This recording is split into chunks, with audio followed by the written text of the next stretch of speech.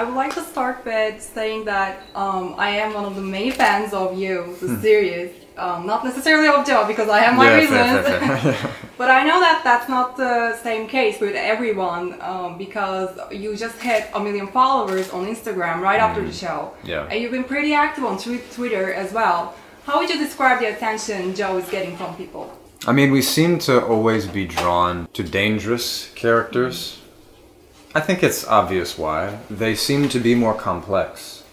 Dangerous, bad people, when we have sensitive actors play them who are not actually that dangerous or that bad, I think we always bring out the humanity. So actually what you're seeing a lot of good and a lot of bad, which is complex, you know? When you have people play good people, maybe they don't know how to show the bad side as much, you know what I mean? So like it's more one-dimensional. So I actually think what we have in villains is you just see more of the spectrum of human expression. So we're drawn to that. I think it makes sense.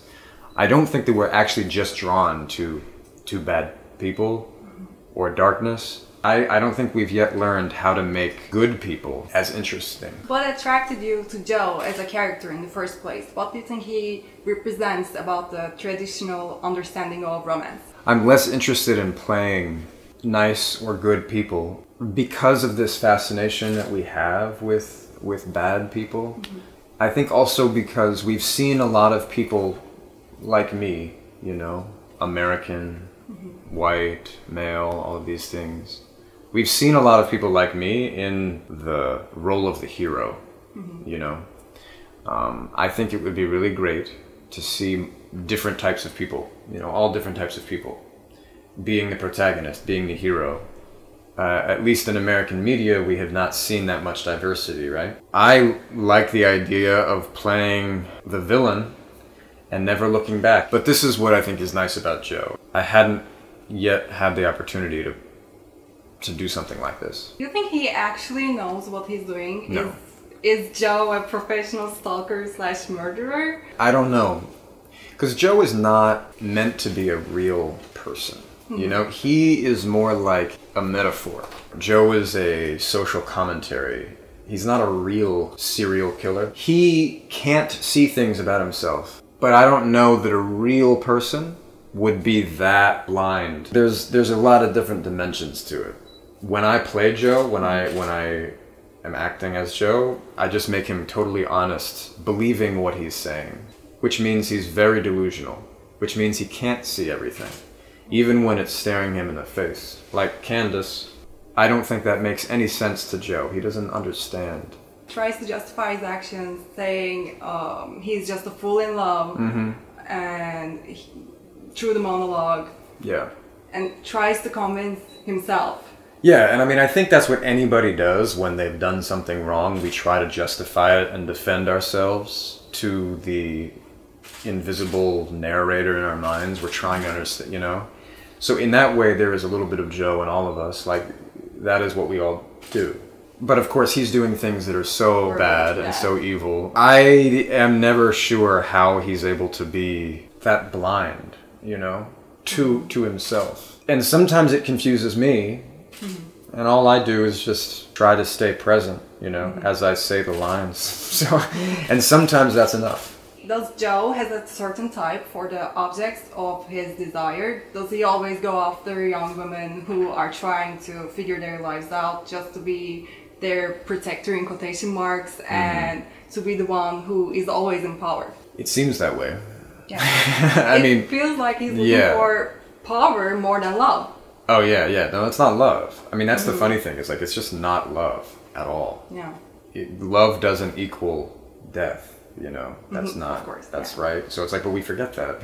And that's his blindness. He doesn't realize he's seeking power. He thinks he's seeking love. So therefore, everything is justifiable. He's like, but this is a good thing. Seeking love is the purpose of life, right? Like, to him, I think it's so that is how he's able to justify. Do you think it's a need that comes from his past troubles? Yeah, I think that's the way it is with anybody. You know, I mean, you see in the show, you see more in the second season, the reasons for his behavior, but they don't absolve, I mean, they shouldn't absolve anyone from their, you know, their transgressions. I think everybody has a reason.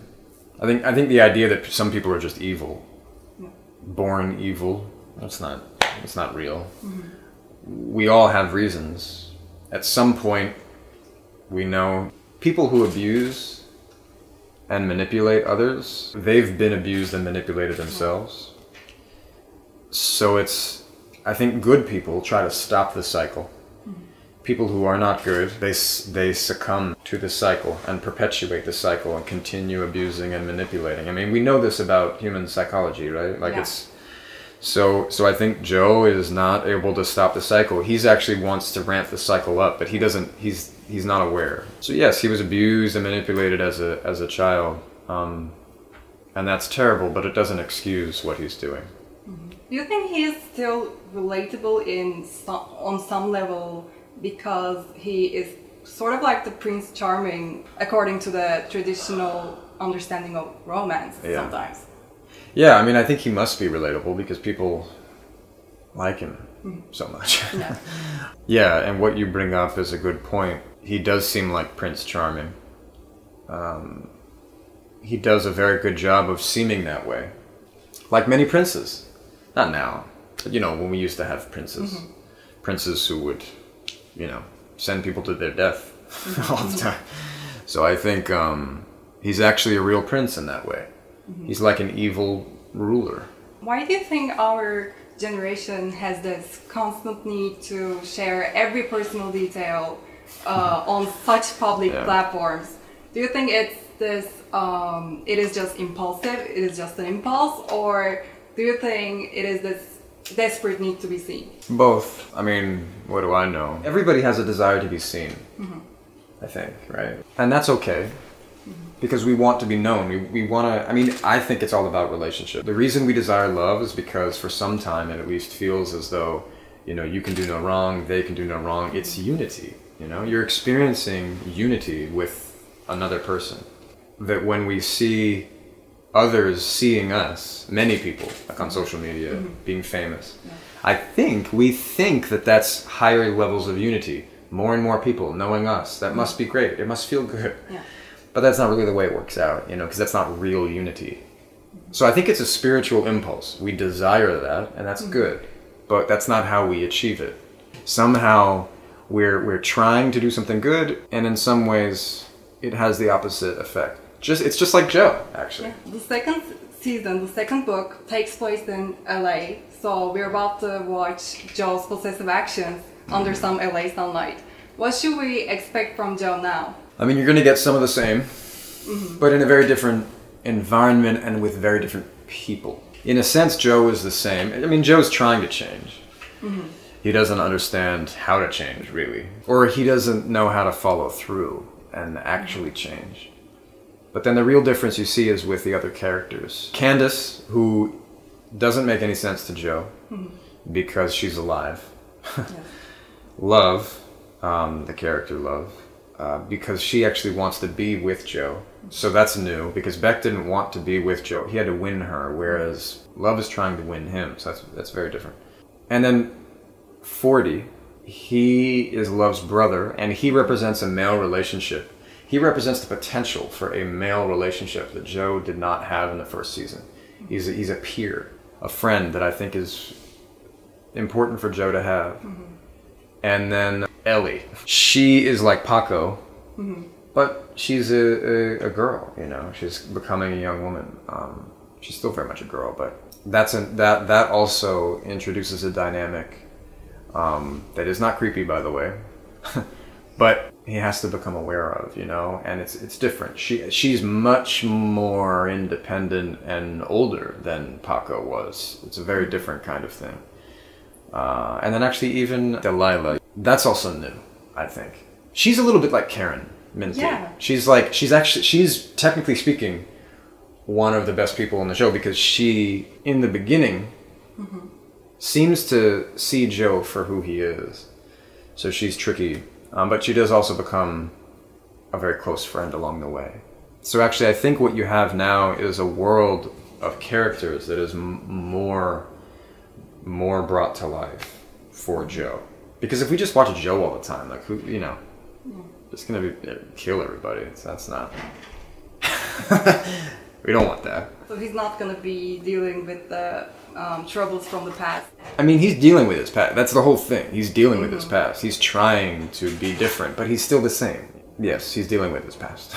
But he also has a new target to be obsessed about. Well, you know what's funny though? He's trying to change so much that maybe he doesn't have a target in the same way. As you know, that it's not quite as it appears in the beginning. Yeah. I guess you'll just have to watch, right? Okay, well, thank you. That's it. Thank you very much. Thank you. I appreciate it. Thank you. No, thanks for having me.